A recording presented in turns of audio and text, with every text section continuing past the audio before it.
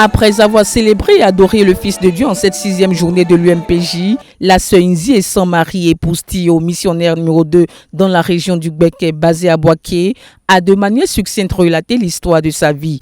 Ayant vécu dans la mélancolie, loin de ses parents biologiques, les situations de la vie ont créé en elle une personnalité, des traits de caractère d'une personne persévérante qui n'abandonne pas devant les difficultés.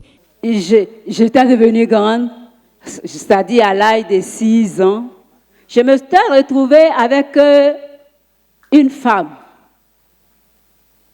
que je croyais qu'elle était ma mère. Mais elle avait un traitement un peu bizarre.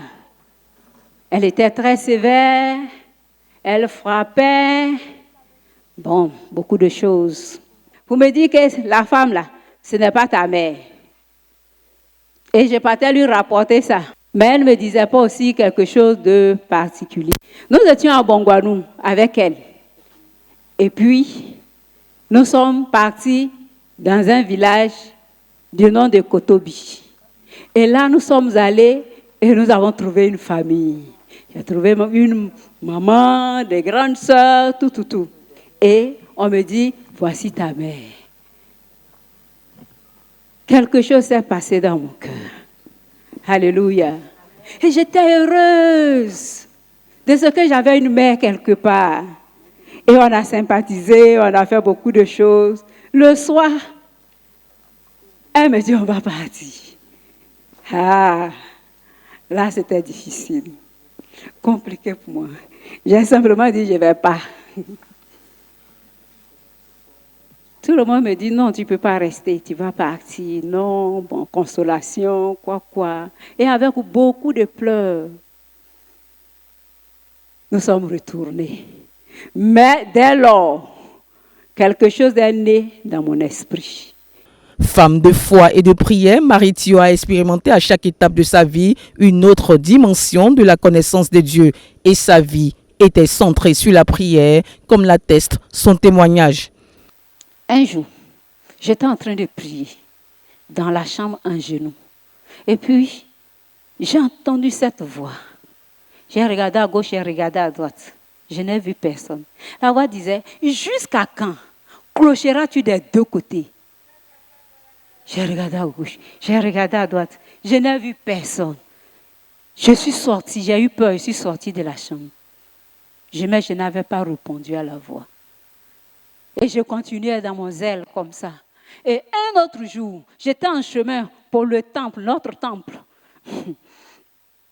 Et puis, je priais, j'ai élevé une prière au Seigneur. Et pendant que je parlais au Seigneur, j'ai encore entendu cette voix. Jusqu'à quand clocheras-tu des deux côtés? J'ai fait, ah Dieu, toi aussi. Où tu veux que j'aille? Je savais où le Seigneur voulait que je parte. Dieu a dit que si nous prions, nous demeurons en prière et que nous prions, il n'y aura pas de mort. Il y a eu plusieurs occasions de mort. Mais le Seigneur a délivré tous les jours. Jusqu'au jour de Jésus, il n'y a pas eu de mort. Je veux dire merci au Seigneur. Alléluia. Donc, comme je le disais, mon appel à la mission avait commencé le jour où j'ai accepté d'aller en mariage avec le pasteur Tio. Parce que lui, il avait décidé d'être missionnaire. Donc, dans la crise, quand les choses ont commencé, il m'a dit que ce que j'ai dit est en train de s'accomplir. Aller en mission.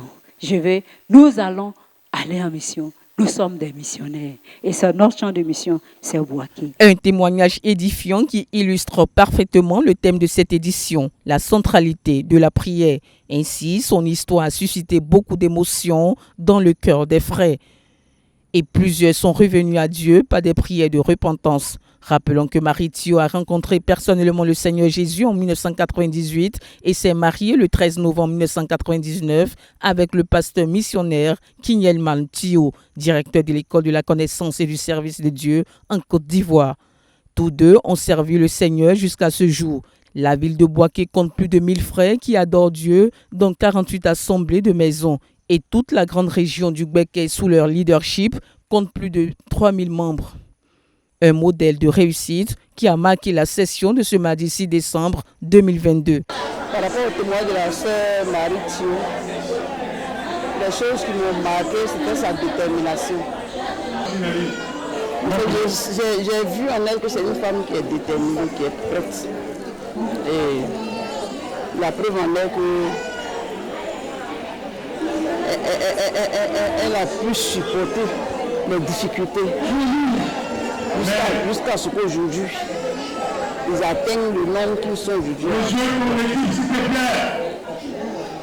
C'est ce qui m'a beaucoup marqué. Elle a été déterminée aussi à quitter la religion dans laquelle elle était, parce qu'elle cherchait le vrai Jésus. Dans le témoin de la sœur Marie Thio, ce qui m'a marqué, c'est la détermination à prier pendant la crise.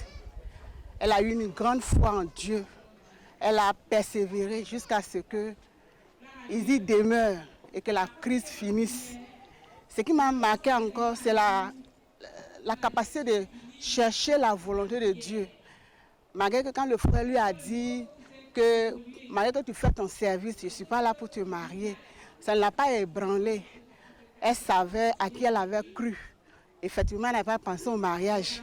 Mais ça ne l'a pas ébranlée. Et quand on lui a demandé, quand même que le frère lui a demandé le mariage, elle a voulu aller chercher la volonté de Dieu. Si c'était une autre personne, elle a dit, oh chance, si elle y pensait, mais elle n'a pas pensé à cela. Ça m'a permis de comprendre qu'en toute chose, nous devons chercher la volonté de Dieu. Je retiens que je dois avoir la foi. Je dois avoir une grande foi. Je dois aussi prier quand il y a les problèmes. Je ne dois pas être troublée. Je rends grâce au Seigneur pour ma présence lors du témoignage de notre missionnaire numéro 2 de Boaké, la sœur Marie Thio. J'ai été touchée par sa détermination parce qu'elle a raconté que déjà dès l'âge de 7 ans, elle a cherché à rencontrer sa mère. En tout cas, quand elle veut quelque chose, elle fait tout pour l'obtenir.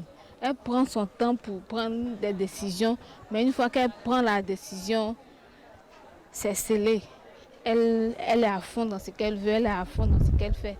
Et c'est cet aspect de sa personnalité qui m'a beaucoup touchée. J'ai aussi été émerveillée par le fait que, même n'ayant pas encore rencontré Jésus, même avant de faire sa repentance, elle a connu l'expérience du Dieu qui exauce les prières.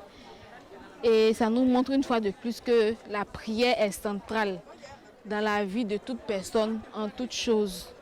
Elle a prié dans les prières de besoin de la maison, avant le mariage, prière pour avoir le choix de Dieu concernant son conjoint, prière pour que Dieu les protège, prière pour que Dieu pouvoir vraiment... Son histoire a juste confirmé que la prière est centrale. Et j'ai écouté ce matin le témoignage de notre maman Marie Thio. Pour ce que j'ai retenu pour l'essentiel, c'est la présence de Dieu très tôt dans sa vie. Elle a fait une première expérience par rapport à une prière qu'elle avait élevée par rapport à un repas qu'elle avait fait brûler. Puis le Seigneur était intervenu, elle était surprise. Ensuite, elle allait à des rencontres et puis elle a rencontré le Seigneur là-bas. Il y avait des bonnes choses. Mais ce qui m'a vraiment marqué dans son témoignage, c'est surtout sa résistance face aux difficultés, face à la crise, surtout la crise militaire à Boaké. Et quand elle racontait un peu comment les choses se sont passées là-bas et comment ils ont tenu bon. Et surtout l'épisode concernant l'implantation de la première chambre de prière là-bas. Et après une véritable crise, en tout cas avec coups de fusil et autres, j'ai eu le courage d'implanter l'assemblée le lendemain matin. J'ai trouvé ça formidable. Et puis pour un missionnaire, quand sa femme lui dit on reste sur place, on croit Dieu alors qu'il y a des coups de fusil partout, c'est vraiment très réconfortant, très encourageant. C'est-à-dire que la foi dans le Seigneur et également l'attachement à son dirigeant, croire à son dirigeant. Quand le dirigeant dit rester sur place, croire que Dieu est avec le dirigeant et demeurer sur place dans la loyauté en tout cas. C'est ça que j'ai enregistré. Également l'épisode aussi de son accouchement aussi, c'était la même chose. Elle a cru en ses dirigeants, elle a obéi, elle est venue à Abidjan, elle a eu l'enfant qu'elle devait avoir. L'enseignement que je tire de là, en fait, en tout cas, c'est l'attachement au dirigeant, croire à son dirigeant, croire que Dieu est avec le dirigeant. En somme, voilà à travers ces impressions tout ce qu'on peut retenir du témoignage édifiant de Marie Thio.